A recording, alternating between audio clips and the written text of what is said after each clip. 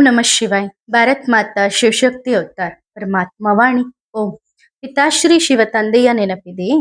ಮುರಳಿಯ ದಿನಾಂಕ 22/6/2026 ಪ್ರಾತಃ ಕ್ಲಾಸ್. ಓಂ ನಮಃ ಶಿವಾಯ್.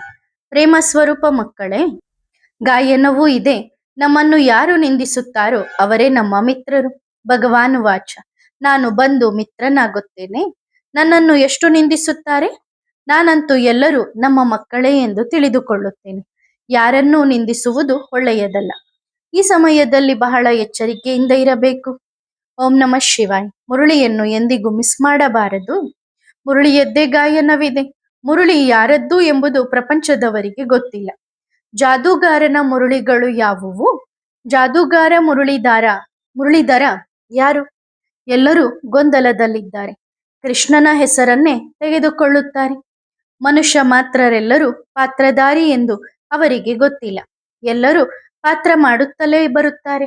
ಮೊದಲಿನಿಂದ ಕೊನೆಯವರೆಗೆ ಬರುತ್ತಲೇ ಇರುತ್ತಾರೆ, ಪಾತ್ರ ಮಾಡುತ್ತಲೇ ಇರುತ್ತಾರೆ. ಎಲ್ಲಾ ಪಾತ್ರಧಾರಿಯು ಯಾರು? ಪಾತ್ರಧಾರಿಗಳು ಯಾರು ಎಂದು ಮಕ್ಕಳಿಗೆ ತಿಳಿದಿದೆಯೇ?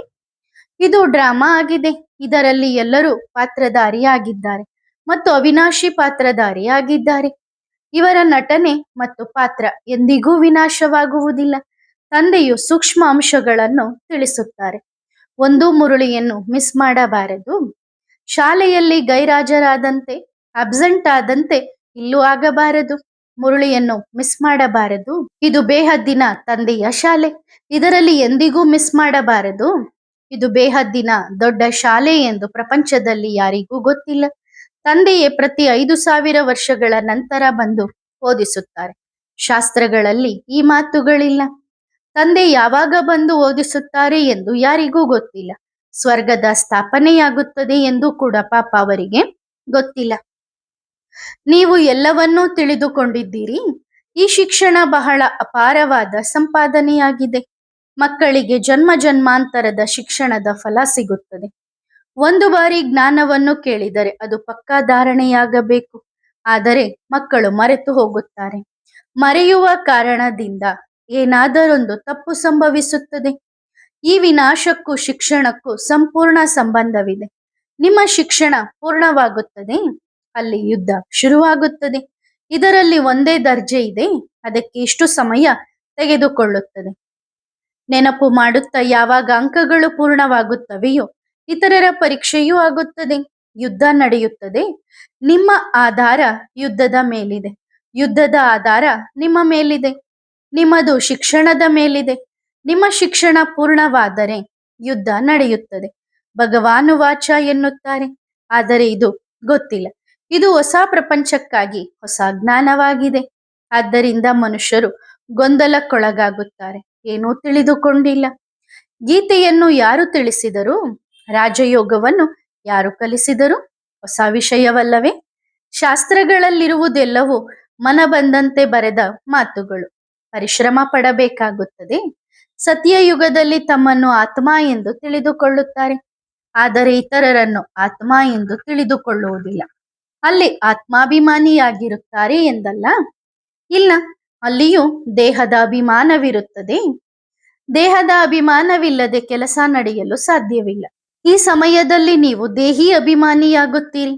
ತಮ್ಮನ್ನು ಆತ್ಮ ಎಂದು ತಿಳಿದು ತಂದೆಯನ್ನು ನೆನಪು ಮಾಡುತ್ತೀರಿ. ಇದನ್ನು ಕೇವಲ ಈಗ ತಂದೆಯೇ ತಿಳಿಸುತ್ತಾರೆ. ಯಾರು ಬ್ರಾಹ್ಮಣರಾಗುತ್ತಾರೋ, ಏಕೆಂದರೆ ಆತ್ಮದ ಪಾಪವು ಪರಮಾತ್ಮ ತಂದೆಯ ನೆನಪಿನಿಂದಲೇ ಕಳೆಯಬೇಕು, ಭಸ್ಮವಾಗಬೇಕು. ವಿಘ್ನಗಳು ನೆನಪಿನಲ್ಲೇ ಬರುತ್ತವೆ. ಮಾಯೆಯು ನೆನಪಿನ ಸಂಪರ್ಕವನ್ನು ಕಡಿದು ಹಾಕುತ್ತದೆ. ಏಕೆಂದರೆ ವಿಘ್ನಗಳು ನೆನಪಿನಲ್ಲೇ ಬರುತ್ತವೆ. ನೀವು ಕಲ್ಪದ ಹಿಂದಿನಂತೆ ಪಕ್ಕಾ ಆಗಲು ಸಮಯ ಬೇಕಲ್ಲವೇ? ನಂಬರ್ ವಾರ್ ಆಗಿ ಪುರುಷಾರ್ಥ ಮಾಡುತ್ತೀರಿ. ಅಲ್ಲಿ ನಂಬರ್ ವಾರ್ ಆಗಿಯೇ ಪದವಿಯನ್ನು ಪಡೆಯುತ್ತೀರಿ. ಭಾರತಕ್ಕಾಗಿ ಇದು ಸೋಲು ಗೆಲುವಿನ ಆಟ ಎಂದು ತಂದೆ ತಿಳಿಸುತ್ತಾರೆ. ಬೇರೆ ಯಾವುದೇ ಧರ್ಮದವರು ಸ್ವರ್ಗವನ್ನು ನೋಡುವುದಿಲ್ಲ. ಹಾಗಾದರೆ ಅವರ ಮಕ್ಕಳು ಹೇಗೆ ನೋಡುತ್ತಾರೆ ಎಂದು ನೀವು ಹೇಳಬಹುದು. ಈಗ ತಂದೆಯು ಸ್ವರ್ಗವನ್ನು ಸ್ಥಾಪಿಸುತ್ತಿದ್ದಾರೆ. ನೀವು ಮಕ್ಕಳು ಸ್ವರ್ಗದ ಮಾಲೀಕರಾಗುತ್ತೀರಿ. ಆದ್ದರಿಂದ ನೆನಪು ಮಾಡಬೇಕು. ಬುದ್ಧಿಯಲ್ಲಿ ಬಿಂದುವಿನ ನೆನಪೇ ಬರುವುದಿಲ್ಲ. ಒಳ್ಳೆಯದು. ಶಿವನನ್ನು ನೆನಪು ಮಾಡಿ, ಆಗ ಪಾಪಗಳು ಕಳೆಯುತ್ತವೆ. ದೊಡ್ಡ ರೂಪದಲ್ಲಿ ಹರಳುಗಳನ್ನು ಹಾಕಿದ್ದೀರಿ, ದೊಡ್ಡದಾಗಿಯೇ ಇರಲಿ. ಅಂದರೆ ಶಿವ ಬಾಬಾರವರನ್ನು ನೆನಪು ಮಾಡಿ ಭಕ್ತಿ ಮಾರ್ಗದಲ್ಲಿಯೂ ಶಿವನನ್ನು ನೆನಪು ಮಾಡುತ್ತೀರಲ್ಲವೇ? ದೊಡ್ಡ ರೂಪವನ್ನಾದರೂ ನೆನಪು ಮಾಡಿದರೆ ಎಲ್ಲಾ ಪಾಪಗಳು ಕಳೆಯುತ್ತವೆ. ಶಿಕ್ಷಣವಿಲ್ಲದಿದ್ದರೆ ತಂದೆಗೂ ಕನಿಕರ ಬರುತ್ತದೆ. ಅಂದ್ರೆ ನೀವು ಮುರಳಿ ಓದ್ಲಿಲ್ಲ, ಬಾಬನ್ ಜ್ಞಾನ ಅಧ್ಯಯನ ಮಾಡ್ಲಿಲ್ಲ ಅಂದ್ರೆ ಬಾಬನಿಗೂ ಕನಿಕರ ಬರುತ್ತದೆ. ಆದ್ದರಿಂದ ದೊಡ್ಡ ರೂಪದಲ್ಲಿ ನೆನಪು ಮಾಡಿದರೂ ಪಾಪಗಳು ಭಸ್ಮವಾಗುತ್ತವೆ ಮತ್ತು ಸ್ವದರ್ಶನ ಚಕ್ರಧಾರಿಯಾಗಲು ಎಲ್ಲರಿಗೂ ಸಾಧ್ಯವಿದೆ. ದೇವತೆ, ಕ್ಷತ್ರಿಯ, ವೈಶ್ಯ, ಶೂದ್ರ, ಈಗ ಮತ್ತೆ ಬ್ರಾಹ್ಮಣರಾಗುತ್ತೀರಿ. ಎಷ್ಟು ಸಹಜವಾಗಿದೆ. ಒಬ್ಬರನ್ನು ಬಿಟ್ಟು ಬೇರೆ ಯಾರೂ ಬುದ್ಧಿಯಲ್ಲಿ ನೆನಪು ಬರಬಾರದು. ದೈವಿ ಗುಣಗಳನ್ನು ಧಾರಣೆ ಮಾಡಿಕೊಳ್ಳಲೇಬೇಕು. ತಕ್ಷಣದ ಜ್ಞಾನ ಮಹಾಕಲ್ಯಾಣ ಎಂದು ಗಾಯನ ಮಾಡಲಾಗುತ್ತದೆ. ಶಿವಬಾಬಾರವರ ಬಳಿ ಏನನ್ನಾದರೂ ಕಳುಹಿಸಬೇಕೆಂದರೆ ತಕ್ಷಣ ಕಳುಹಿಸಬೇಕಂದ್ರೆ ಬಾಬನ್ ಸೇವೆಗೆ ನಾನೇನೋ ಕೊಡ್ಬೇಕು ಅಂತ ಅನ್ಸಿದ್ರೆ ತಕ್ಷಣ ಕೊಡ್ಬೇಕು. ಶುಭ ಕಾರ್ಯದಲ್ಲಿ ತಡ ಮಾಡಬಾರದು. ಏಕೆಂದರೆ ಇತ್ತೀಚೆಗೆ ಸಾವು ತಲೆಯ ಮೇಲೆ ನಿಂತಿದೆ. ಆಕಸ್ಮಿಕವಾಗಿ ಸಾವು ಸಂಭವಿಸಿದರೆ ಎಷ್ಟು ನಷ್ಟವಾಗುತ್ತದೆ. ಶುಭ ಕಾರ್ಯವನ್ನು ತಕ್ಷಣ ಮಾಡಬೇಕು. ಕೆಲವರು ಸಾಯುತ್ತಾರೆ, ಅಂದರೆ ತಂದೆಯ ಮಕ್ಕಳಾಗಿ ಮತ್ತೆ ಮಾಯೆಯ ಮಕ್ಕಳಾಗುತ್ತಾರೆ. ಕೆಲವರ ಶರೀರವು ಸುಟ್ಟು ಹೋಗುತ್ತದೆ. ತಂದೆಯು ಬಡವರ ಬಂಧು ಆಗಿದ್ದಾರಲ್ಲವೇ? ಈಗ ಎಲ್ಲರೂ ಬಡವರು ಎಂದು ತಿಳಿದಿದ್ದೀರಿ. ಶ್ರೀಮಂತರ ಶ್ರೀಮಂತಿಕೆ ಸಮಾಪ್ತಿಯಾಗಲಿದೆ. ರಿಹರ್ಸಲ್ ಕೂಡ ನಡೆಯುತ್ತದೆ. ಪ್ರವಾಹದಲ್ಲಿ ಎಲ್ಲವೂ ಕೊಚ್ಚಿ ಹೋಗುತ್ತವೆ. ಇದು ಡ್ರಾಮಾ ಆಗಿದೆ. ಏನೂ ಯೋಚಿಸುವಂತಿಲ್ಲ. ಮೊದಲು ಸುಖ, ನಂತರ ದುಃಖ. ತಂದೆ ಹೇಳುತ್ತಾರೆ, ಇದು ಅಸುರಿ ಸಂಪ್ರದಾಯವಾಗಿದೆ. ಇದನ್ನು ತಿಳಿಸುತ್ತಾರೆಯೇ ಹೊರತು ನಿಂದನೆಯಲ್ಲ. ತಂದೆ ಓದಿಸಲು ಬರುತ್ತಾರೆ. ಇದು ನಿಜವಾದ ರಾವಣನ ರಾಜ್ಯ ಎಂದು ತಿಳಿಸುತ್ತಾರೆ. ವಿನಾಶವಾಗುತ್ತದೆ ಎಂದು ಖುಷಿಯಾಗುತ್ತದೆ. ರಕ್ತದ ನದಿಗಳು ಹರಿಯುತ್ತವೆ. ಇದು ದುಃಖದ ವಿಷಯವಲ್ಲ. ವಿನಾಶವಾಗುತ್ತದೆ ಎಂದು ಖುಷಿಯಾಗುತ್ತದೆ. ಆಗಲೇ ಮತ್ತೆ ಸುಖ, ಶಾಂತಿ ಸಿಗುವುದು ಅಲ್ಲವೇ? ಆಟದಲ್ಲಿ ಎಂದಾದರೂ ದುಃಖವಾಗುತ್ತದೆಯೇ? ಇದನ್ನು ಸಾಕ್ಷಿಯಾಗಿ ಆಟವನ್ನು ನೋಡಬೇಕು. ನಿಂದನೆ ಮಾಡುವುದಿಲ್ಲ. ಪ್ರತಿಯೊಂದು ವಿಷಯವನ್ನು ತಂದೆ ತಿಳಿಸುತ್ತಾರೆ. ಬೇಹದ್ದಿನ ತಂದೆ ಎಂದಿಗೂ ನಿಂದನೆ ಮಾಡಲು ಸಾಧ್ಯವಿಲ್ಲ. ಎಲ್ಲಾ ವಿಷಯಗಳನ್ನು ಮಕ್ಕಳಿಗೆ ತಿಳಿಸುತ್ತಾರೆ. ಮಕ್ಕಳು ಆತ್ಮಿಕ ತಂದೆಯಿಂದ ರಿಫ್ರೆಶ್ ಆಗಲು ಬರುತ್ತಾರೆ. ಏಕೆಂದರೆ ಬೇಹದ್ದಿನ ತಂದೆಯಿಂದ ಬೇಹದ್ದಿನ ವಿಶ್ವದ ಮಾಲೀಕತನವನ್ನು ಪಡೆಯಬೇಕು ಎಂದು ಮಕ್ಕಳಿಗೆ ಗೊತ್ತಿದೆ. ಇದನ್ನು ಎಂದಿಗೂ ಮರೆಯಬಾರದು. ಆದರೆ ಮರೆತು ಹೋಗುತ್ತಾರೆ. ಮಾಯೆಯು ಮರೆಸುತ್ತದೆ. ಮರೆಸದಿದ್ದರೆ ಖುಷಿಯ ಮಟ್ಟ ಸದಾ ಏರಿರಬೇಕು. ತಂದೆ ತಿಳಿಸುತ್ತಾರೆ, ಮಕ್ಕಳೇ, ಈ ಬ್ಯಾಡ್ಜ್ ಅನ್ನು ಪದೇ ಪದೇ ನೋಡುತ್ತೀರಿ. ಚಿತ್ರಗಳನ್ನು ಕೂಡ ನೋಡುತ್ತೀರಿ. ಓಡಾಡುವಾಗ ಬ್ಯಾಡ್ಜ್ ನೋಡುತ್ತಿದ್ದರೆ ತಂದೆಯ ಮೂಲಕ ನಾವು ತಂದೆಯ ನೆನಪಿನಿಂದ ಹೀಗೆ ಆಗುತ್ತಿದ್ದೇವೆ ಎಂದು ತಿಳಿಯುತ್ತದೆ. ದೈವಿ ಗುಣಗಳನ್ನು ಧಾರಣೆ ಮಾಡಿಕೊಳ್ಳಬೇಕು. ಜ್ಞಾನ ಸಿಗುವ ಸಮಯ ಇದೇ ಆಗಿದೆ. ತಂದೆ ಹೇಳುತ್ತಾರೆ, ಪ್ರೀತಿಯ ಮಕ್ಕಳೇ, ಹಗಲು ರಾತ್ರಿ ಮಕ್ಕಳು ಮಕ್ಕಳು ಎನ್ನುತ್ತಿರುತ್ತಾರೆ. ಮಕ್ಕಳು ಪ್ರಿಯಾತಿ ಪ್ರಿಯ ಬಾಬಾ ಎಂದು ಹೇಳಲು ಸಾಧ್ಯವಿಲ್ಲ. ಇಬ್ಬರು ತಂದೆಯರಿಗಾಗಿ ಹೇಳಬೇಕು. ಇಬ್ಬರು ಪ್ರಿಯರಾಗಿದ್ದಾರಲ್ಲವೇ? ಬೇಹದ್ದಿನ ತಂದೆಯಾಗಿದ್ದಾರೆ. ಆದರೆ ಕೆಲವು ದೇಹಾಭಿಮಾನಿಗಳು ಕೇವಲ ತಂದೆಯನ್ನೇ ಪ್ರಿಯರೆನ್ನುತ್ತಾರೆ. ಕೆಲವು ಮಕ್ಕಳು ಕೋಪಗೊಂಡು ದಾದಾರವರಿಗೂ ಏನನ್ನಾದರೂ ಹೇಳಿಬಿಡುತ್ತಾರೆ. ತಂದೆಗೆ ಹೇಳಿದರೆ ದಾದಾರವರಿಗೂ ಹೇಳಿದಂತೆ ವಿಷಯ ಒಂದೇ ಆಗುತ್ತದೆ. ಕೆಲವೊಮ್ಮೆ ಬ್ರಾಹ್ಮಣಿಯ ಮೇಲೆ ಅಥವಾ ಬ್ರಾಹ್ಮಣರ ಮೇಲೆ ಕೋಪಿಸಿಕೊಳ್ಳುತ್ತಾರೆ. ಅಂದ್ರೆ ಅಕ್ಕಂದ್ರು ಪರಿವಾರದವ್ರ ಮೇಲೆ, ಪರಿವಾರದವರು ಅಕ್ಕಂದ್ರ ಮೇಲೆ ಕೋಪಿಸಿಕೊಳ್ಳುತ್ತಾರೆ. ಆಗ ಬೇಹದ್ದಿನ ತಂದೆ ಮಕ್ಕಳಿಗೆ ಶಿಕ್ಷಣ ನೀಡುತ್ತಾರೆ. ಹಳ್ಳಿಗಳಲ್ಲಿ ಮಕ್ಕಳಿದ್ದಾರೆ. ಎಲ್ಲರಿಗೂ ಬರೆಯುತ್ತಿರುತ್ತಾರೆ. ನಿಮ್ಮ ವರದಿಗಳು ಬರುತ್ತವೆ, ಅಂದ್ರೆ ನಿಮ್ ಸಮಾಚಾರ ಬರ್ತವೆ. ನೀವು ಕೋಪ ಮಾಡಿಕೊಳ್ಳುತ್ತೀರಿ. ಬೇಹದ್ದಿನ ತಂದೆ ಇದನ್ನು ದೇಹಾಭಿಮಾನ ಎನ್ನುತ್ತಾರೆ. ತಂದೆ ಎಲ್ಲರಿಗೂ ಹೇಳುತ್ತಾರೆ, ಮಕ್ಕಳೇ, ದೇಹಿ ಅಭಿಮಾನಿಯಾಗಿರಿ. ಈ ದಾದಾ ತಮಗೂ ಹೇಳಿಕೊಳ್ಳುತ್ತಾರೆ, ನಾನು ಕೂಡ ಸಂಪೂರ್ಣ ದೇಹಿ ಅಭಿಮಾನಿಯಾಗಿಲ್ಲ, ಆಗುತ್ತಲೇ ಇರುತ್ತೇನೆ. ಈ ದಾದಾ ಕೂಡ ದೇಹಿ ಅಭಿಮಾನಿಯಾಗಿ ಬಿಟ್ಟಿದ್ದಾರೆ ಎಂದಲ್ಲ. ಇವರನ್ನು ಸೂಕ್ಷ್ಮವತನದಲ್ಲಿಯೂ ಸಾಕ್ಷಾತ್ಕಾರ ಮಾಡುತ್ತಾರೆ. ಆದರೂ ಸ್ವಯಂ ಹೇಳುತ್ತಾರೆ, ಕರ್ಮಾತೀತ ಸ್ಥಿತಿಗೆ ಇನ್ನೂ ಸಮಯ ಬೇಕು. ನಾನು ಈಗಲೇ ಆಗಿಬಿಟ್ಟರೆ ಕೊನೆಯವರು ಕರ್ಮಾತೀತ ಸ್ಥಿತಿಗೆ ತಲುಪಿ ಬಿಡುತ್ತಾರೆ. ಯುದ್ಧ ಶುರುವಾಗಿ ಬಿಡುತ್ತದೆ. ಎಲ್ಲಾ ಮಕ್ಕಳು ಏರಿಳಿತಗಳನ್ನು ಅನುಭವಿಸುತ್ತಿರುತ್ತಾರೆ. ಇದರಲ್ಲಿಯೂ ಮಾಯೆಯು ಸಮರ್ಥ ಪೈಲ್ವಾನರೊಂದಿಗೆ ಯುದ್ಧ ಮಾಡುತ್ತದೆ. ಮಹಾವೀರ ಹನುಮಂತನನ್ನು ತೋರಿಸಿದ್ದಾರಲ್ಲವೇ, ಅವರನ್ನೂ ಕೂಡ ಅಲುಗಾಡಿಸಲು ಪ್ರಯತ್ನಿಸಿದರು. ಈ ಸಮಯದಲ್ಲಿಯೇ ಎಲ್ಲರ ಪರೀಕ್ಷೆ ತೆಗೆದುಕೊಳ್ಳುತ್ತಾರೆ. ಮಾಯೆಯಿಂದ ಸೋಲು ಗೆಲುವು ಎಲ್ಲರಿಗೂ ಆಗುತ್ತದೆ. ಯುದ್ಧದಲ್ಲಿ ಸ್ಮೃತಿ ವಿಸ್ಮೃತಿ ಎಲ್ಲವೂ ಇರುತ್ತದೆ. ಯಾರು ಎಷ್ಟು ಸ್ಮೃತಿಯಲ್ಲಿರುತ್ತಾರೋ, ನಿರಂತರ ತಂದೆಯ ನೆನಪಿನಲ್ಲಿರಲು ಪ್ರಯತ್ನಿಸುತ್ತಾರೋ ಅವರು ಒಳ್ಳೆಯ ಪದವಿಯನ್ನು ಪಡೆಯಬಹುದು. ತಂದೆ ಬಂದಿರುವುದು ಮಕ್ಕಳಿಗೆ ಓದಿಸಲು. ಅವರು ಓದಿಸುತ್ತಲೇ ಇರುತ್ತಾರೆ. ಶ್ರೀಮತದಂತೆ ನಡೆಯುತ್ತಿರಬೇಕು. ಬಾಬಾ ತಮ್ಮ ಬಗ್ಗೆ ಹೇಳಿಕೊಳ್ಳುವುದಿಲ್ಲ. ಶ್ರೀಮತದಂತೆ ನಡೆಯುವುದರಿಂದಲೇ ಶ್ರೇಷ್ಠರಾಗುತ್ತೀರಿ. ಇದರಲ್ಲಿ ಯಾರ ಮೇಲೂ ಸಿಟ್ಟಾಗುವ ವಿಷಯವೇ ಇಲ್ಲ. ಸಿಟ್ಟಾಗುವುದು ಎಂದರೆ ಕೋಪ ಮಾಡಿಕೊಳ್ಳುವುದು. ಮಕ್ಕಳು ಯಾವುದೇ ರೀತಿಯ ಕೋಪ ಮಾಡಬಾರದು. ಯಾವುದೇ ಕಾನೂನನ್ನು ತಮ್ಮ ಕೈಗೆ ತೆಗೆದುಕೊಳ್ಳಬಾರದು. ಯಾರಾದರೂ ಕೋಪ ಅಥವಾ ಯಾವುದೇ ತಪ್ಪು ಮಾಡಿದರೆ ಬಾಬಾರವರಿಗೆ ವರದಿ ಮಾಡಬೇಕು. ಸ್ವಯಂ ಯಾರಿಗೂ ಹೇಳಬಾರದು. ಆಗ ಕಾನೂನನ್ನು ಕೈಗೆ ತೆಗೆದುಕೊಂಡಂತೆ ಆಗುತ್ತದೆ. ಸರ್ಕಾರವು ಕಾನೂನನ್ನು ಕೈಗೆ ತೆಗೆದುಕೊಳ್ಳಲು ಬಿಡುವುದಿಲ್ಲ. ಯಾರಾದರೂ ಗುದ್ದಿದರೆ ಅವರಿಗೆ ಮರಳಿ ಗುದ್ದಬಾರದು. ತಂದೆಗೆ ವರದಿ ಮಾಡಬೇಕು. ಆಗ ಅವರ ಮೇಲೆ ಕೇಸ್ ಆಗುತ್ತದೆ. ಯಾರಾದರೂ ಏನಾದರೂ ಅಂದರೂ ಮಕ್ಕಳು ಎಂದಿಗೂ ಎದುರಿಗೆ ಏನನ್ನೂ ಹೇಳಬಾರದು. ಬಾಬಾರವರಿಗೆ ಹೇಳಿ. ಬಾಬಾ ಬಹಳ ಮಧುರವಾದ ಯುಕ್ತಿಯನ್ನು ತಿಳಿಸುತ್ತಾರೆ. ಮಧುರವಾದ ಶಿಕ್ಷಣ ನೀಡುತ್ತಾರೆ. ದೇಹಾಭಿಮಾನಿಯಾಗುವುದರಿಂದಲೇ ತಮ್ಮ ಪದವಿಯನ್ನು ಕಡಿಮೆ ಮಾಡಿಕೊಳ್ಳುತ್ತಾರೆ. ನಷ್ಟವನ್ನೇಕೆ ಮಾಡಿಕೊಳ್ಳಬೇಕು? ಸಾಧ್ಯವಾದಷ್ಟು ತಂದೆಯನ್ನು ನೆನಪು ಮಾಡುತ್ತೀರಿ. ಬೇಹದ್ದಿನ ತಂದೆಯನ್ನು ಬಹಳ ಪ್ರೀತಿಯಿಂದ ನೆನಪು ಮಾಡಿ. ವಿಶ್ವದ ರಾಜ್ಯವನ್ನು ನೀಡುತ್ತಾರೆ. ಕೇವಲ ದೈವಿ ಗುಣಗಳನ್ನು ಧಾರಣೆ ಮಾಡಿಕೊಳ್ಳಬೇಕು. ದೇವತೆಗಳು ಯಾರನ್ನಾದರೂ ನಿಂದಿಸುತ್ತಾರೆಯೇ? ಒಳ್ಳೆಯ ಮಹಾರಥಿಗಳು ಕೂಡ ನಿಂದನೆ ಮಾಡದೇ ಇರುವುದಿಲ್ಲ. ನೀವು ಬಾಬಾರವರಿಗೆ ಹೇಳಿದರೆ ತಂದೆ ಬಹಳ ಪ್ರೀತಿಯಿಂದ ಎಚ್ಚರಿಕೆ ಕೊಡುತ್ತಾರೆ. ಇಲ್ಲದಿದ್ದರೆ ಸಮಯ ವ್ಯರ್ಥವಾಗುತ್ತದೆ.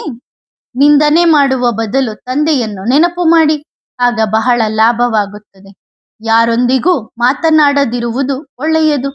ನೀವು ಮಕ್ಕಳು ಹೃದಯದಲ್ಲಿ ತಿಳಿದುಕೊಂಡಿದ್ದೀರಿ, ನಾವು ಹೊಸ ಪ್ರಪಂಚದ ಸ್ವರ್ಗವದ ಮಾಲೀಕತನವನ್ನು ಸ್ಥಾಪಿಸುತ್ತಿದ್ದೇವೆ. ಒಳಗಡೆ ಎಷ್ಟು ಹೆಮ್ಮೆ ಇರಬೇಕು. ಮುಖ್ಯವಾದುದೇ ನೆನಪು ಮತ್ತು ದೈವಿ ಗುಣಗಳು ಅಷ್ಟೇ. ಚಕ್ರವನ್ನಂತೂ ನೆನಪು ಮಾಡುತ್ತಲೇ ಇರುತ್ತೀರಿ. ಅದು ಸಹಜವಾಗಿ ನೆನಪು ಬರುತ್ತದೆ.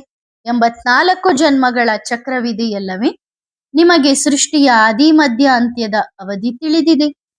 ನಂತರ ಇತರರಿಗೂ ಬಹಳ ಪ್ರೀತಿಯಿಂದ ಪರಿಚಯ ಕೊಡಬೇಕು. ಬೇಹದ್ದಿನ ತಂದೆ ನಮ್ಮನ್ನು ವಿಶ್ವದ ಮಾಲೀಕರನ್ನಾಗಿ ಮಾಡುತ್ತಿದ್ದಾರೆ. ರಾಜಯೋಗವನ್ನು ಕಲಿಸುತ್ತಿದ್ದಾರೆ. ವಿನಾಶವು ಎದುರಿಗೆ ನಿಂತಿದೆ. ಇದು ಸಂಗಮ ಯುಗವಾಗಿದೆ. ಹೊಸ ಪ್ರಪಂಚ ಸ್ಥಾಪನೆಯಾಗುತ್ತಿದೆ ಎಂದರೆ ಹಳೆಯ ಪ್ರಪಂಚ ಮುಗಿಯುತ್ತಿದೆ. ತಂದೆ ಮಕ್ಕಳಿಗೆ ಎಚ್ಚರಿಕೆ ಕೊಡುತ್ತಲೇ ಇರುತ್ತಾರೆ.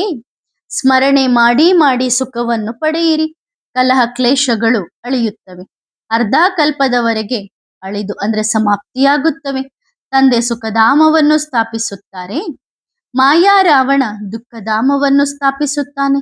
ಈ ಮಾತುಗಳು ನೀವು ಮಕ್ಕಳನ್ನು ಬಿಟ್ಟು ಬೇರೆ ಯಾರಿಗೂ ಗೊತ್ತಿಲ್ಲ. ಸುಖಧಾಮ ಸ್ಥಾಪನೆಯಾಗುತ್ತಿದೆ. ಇದು ನೀವು ಮಕ್ಕಳು ನಂಬರ್ ವಾರ್ ಪುರುಷಾರ್ಥದಂತೆ ತಿಳಿದುಕೊಂಡಿದ್ದೀರಿ. ತಂದೆಗೆ ಮಕ್ಕಳ ಮೇಲೆ ಎಷ್ಟು ಪ್ರೀತಿ ಇದೆ. ಮೊದಲಿನಿಂದಲೂ ತಂದೆಯ ಪ್ರೀತಿ ಇದೆ. ಯೋಚನೆ ಬರುತ್ತದೆ, ನಾನು ಹೋಗುತ್ತೇನೆ. ಮಕ್ಕಳು ಕಾಮದ ಚಿತೆಯನ್ನೇರಿ ಕಪ್ಪಾಗಿದ್ದಾರೆ. ಅವರನ್ನು ಸುಂದರ ಮಾಡಲು ತಂದೆಯಂತೂ ಜ್ಞಾನ ಸಾಗರ ಬರುತ್ತಾರೆ. ಮಕ್ಕಳು ನಂತರ ನಿಧಾನವಾಗಿ ತಂದೆಯಿಂದ ಜ್ಞಾನ ಪಡೆದುಕೊಳ್ಳುತ್ತಾರೆ. ಆದರೆ ಮಾಯೆ ಮತ್ತೆ ಮತ್ತೆ ಮರೆಸುತ್ತದೆ. ಮಕ್ಕಳಿಗೆ ದಿನ ದಿನ ಖುಷಿಯ ಮಟ್ಟ ಏರುತ್ತಿರಬೇಕು. ಸತ್ಯಯುಗದಲ್ಲಿ ಖುಷಿಯ ಮಟ್ಟ ಏರಿತ್ತು. ಈಗ ಮತ್ತೆ ನೆನಪಿನ ಯಾತ್ರೆಯಿಂದ ಮೇಲೇರಬೇಕು. ನಿಧಾನವಾಗಿ ಏರುತ್ತದೆ. ಸೋಲು ಗೆಲುವು ಆಗುತ್ತಾ ಮತ್ತೆ ನಂಬರ್ ವಾರ್ ಪುರುಷಾರ್ಥದಂತೆ ಕಲ್ಪದ ಇಂದಿನಂತೆ ತಮ್ಮ ತಮ್ಮ ಪದವಿಯನ್ನು ಪಡೆಯುತ್ತಾರೆ. ಬಾಕಿ ಸಮಯವಂತೂ ಅಷ್ಟೇ ಹಿಡಿಯುತ್ತದೆ. ಎಷ್ಟು ಪ್ರತಿ ಕಲ್ಪದಲ್ಲಿ ಹಿಡಿಯುತ್ತದೆಯೋ ಅಷ್ಟು. ಯಾರು ಪ್ರತಿ ಕಲ್ಪದಲ್ಲಿ ಪಾಸಾಗಿದ್ದಾರೋ ಅವರೇ ಪಾಸಾಗುತ್ತಾರೆ. ಬಾಪ್ತಾದ ಸಾಕ್ಷಿಯಾಗಿ ಮಕ್ಕಳ ಅವಗುಣಗಳನ್ನು ನೋಡುತ್ತಿರುತ್ತಾರೆ. ನಂತರ ತಿಳುವಳಿಕೆ ಕೊಡುತ್ತಾರೆ. ಹೊರಗಡೆ ಸೆಂಟರ್ಗಳಲ್ಲಿ ಇರುವುದರಿಂದ ಅಷ್ಟು ರಿಫ್ರೆಶ್ ಆಗಿರುವುದಿಲ್ಲ. ಆದ್ದರಿಂದ ಮಕ್ಕಳು ಇಲ್ಲಿಗೆ ರಿಫ್ರೆಶ್ ಆಗಲು ಬರುತ್ತಾರೆ. ತಂದೆ ಬರೆಯುತ್ತಾರೆ ಕೂಡ, ಪರಿವಾರ ಸಹಿತ ಎಲ್ಲರಿಗೂ ನೆನಪು ಪ್ರೀತಿ ಕೊಡಲು. ಒಬ್ಬರು ಹದ್ದಿನ ತಂದೆ, ಇವರು ಬೇಹದ್ದಿನ ತಂದೆ ಮತ್ತು ದಾದಾ ಇಬ್ಬರಿಗೂ ಬಹಳ ಪ್ರೀತಿ ಇದೆ. ಏಕೆಂದರೆ ಕಲ್ಪಕಲ್ಪವು ಮಕ್ಕಳು ಮಕ್ಕಳು ಎನ್ನುತ್ತಿರುತ್ತಾರೆ ಮತ್ತು ಬಹಳ ಪ್ರೀತಿಯಿಂದ ಮಾಡುತ್ತಾರೆ. ಒಳಗಡೆ ಕನಿಕರ ಬರುತ್ತದೆ. ಓದದಿದ್ದರೆ ಅಥವಾ ನಡವಳಿಕೆ ಸರಿ ಇಲ್ಲದಿದ್ದರೆ ಕಡಿಮೆ ಪದವಿ ಪಡೆಯುತ್ತಾರೆ. ಶ್ರೀಮತದಂತೆ ನಡೆಯದಿದ್ದರೆ ಬಾಬಾ ಏನು ಮಾಡಲು ಸಾಧ್ಯ? ಇಲ್ಲಿ ಮತ್ತು ಅಲ್ಲಿ ಇರುವುದರಲ್ಲಿ ಬಹಳ ವ್ಯತ್ಯಾಸವಿದೆ, ಆದರೆ ಇಲ್ಲಿ ಇರಲು ಸಾಧ್ಯವಿಲ್ಲ. ಮಕ್ಕಳು ವೃದ್ಧಿಯಾಗುತ್ತಲೇ ಇರುತ್ತಾರೆ, ವ್ಯವಸ್ಥೆಯನ್ನು ಮಾಡುತ್ತಲೇ ಇರುತ್ತಾರೆ. ಇದು ಅತ್ಯಂತ ದೊಡ್ಡ ತೀರ್ಥಕ್ಷೇತ್ರ ಎಂದು ತಂದೆ ತಿಳಿಸಿದ್ದಾರೆ. ನಾನು ಇಲ್ಲಿಗೆ ಬಂದು ಸೃಷ್ಟಿಯನ್ನು ತತ್ವಗಳ ಸಹಿತ ಎಲ್ಲವನ್ನು ಪವಿತ್ರ ಮಾಡುತ್ತೇನೆ ಎಂದು ತಂದೆ ಹೇಳುತ್ತಾರೆ. ತಂದೆಯ ಸೇವೆ ಇದೇ ಆಗಿದೆ. ಒಬ್ಬರೇ ತಂದೆ ಬಂದು ಎಲ್ಲರಿಗೂ ಸದ್ಗತಿಯನ್ನು ಕೊಡುತ್ತಾರೆ. ಅದನ್ನು ಅನೇಕ ಬಾರಿ ಮಾಡಿದ್ದಾರೆ. ಇದನ್ನು ತಿಳಿದಿದ್ದರೂ ಮಕ್ಕಳು ಮರೆತು ಹೋಗುತ್ತಾರೆ. ಮಾಯೆಯು ಬಹಳ ಜಬರ್ದಸ್ತಾಗಿದೆ. ಅರ್ಧ ಕಲ್ಪ ಇವಳ ರಾಜ್ಯ ನಡೆಯುತ್ತದೆ, ಮಾಯೆಯು ಸೋಲಿಸುತ್ತದೆ.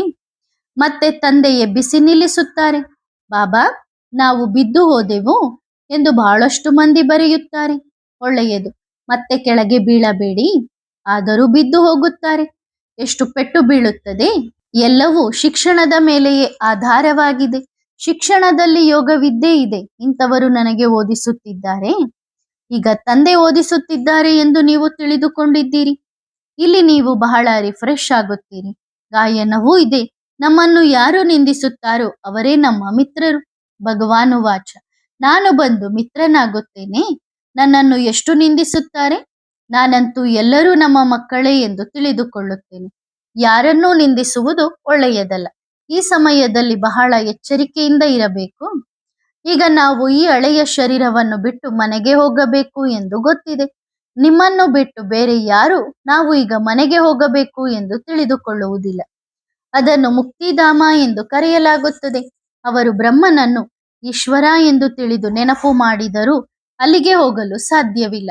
ಅವರ ನೆನಪಿನಲ್ಲೇ ಶರೀರ ಬಿಟ್ಟರೂ ಹೋಗಲು ಸಾಧ್ಯವಿಲ್ಲ. ಏಕೆಂದರೆ ಅವರದ್ದು ಸರಿಯಾದ ದಾರಿಯಲ್ಲ, ಗೊಂದಲಕ್ಕೊಳಗಾಗಿದ್ದಾರೆ. ಮಂಜಿನಲ್ಲಿ ಹಡಗುಗಳು ದಾರಿ ತಪ್ಪುತ್ತವಲ್ಲವೇ, ಹಾಗೆಯೇ ನಂತರ ಅಲೆದಾಡುತ್ತಾರೆ, ಏನೂ ತಿಳಿಯುವುದಿಲ್ಲ. ಆದ್ದರಿಂದ ತಂದೆ ಮಕ್ಕಳಿಗೆ ಎಲ್ಲಾ ವಿಷಯಗಳನ್ನು ತಿಳಿಸುತ್ತಾರೆ. ಈಗ ನೀವು ಜ್ಞಾನವಂತರಾಗುತ್ತಿದ್ದೀರಿ. ಇಡೀ ಕಲ್ಪವೃಕ್ಷ ಮತ್ತು ಸೃಷ್ಟಿ ಚಕ್ರ ಹೇಗೆ ಸುತ್ತುತ್ತದೆ? ಸೃಷ್ಟಿಯ ಆದಿ ಮಧ್ಯ ಅಂತ್ಯದ ಜ್ಞಾನ ಬುದ್ಧಿಯಲ್ಲಿದೆ. ಎಷ್ಟು ದೊಡ್ಡ ಶಿಕ್ಷಣ! ಇಷ್ಟು ದೊಡ್ಡ ಶಿಕ್ಷಣವನ್ನು ಓದಿಸುವ ತಂದೆ ಇದ್ದ ಮೇಲೆ ಪದವಿಯೂ ಖಂಡಿತ ಅಷ್ಟೇ ದೊಡ್ಡದಾಗಿರುತ್ತದಲ್ಲವೇ? ಅಲ್ಲಿ ಒಳಗೆ ಬರುತ್ತಿದ್ದಂತೆಯೇ ಲಕ್ಷ್ಮೀನಾರಾಯಣರ ಚಿತ್ರವನ್ನು ನೋಡಿ ಅಥವಾ ಬ್ಯಾಡ್ಜ್ ನೋಡಿ ಖುಷಿಯಾಗಬೇಕು.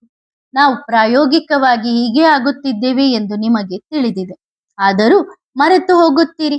ನಿಮಗಾಗಿಯೇ ಅತೀಂದ್ರಿಯ ಸುಖದ ಗಾಯನವಿದೆ.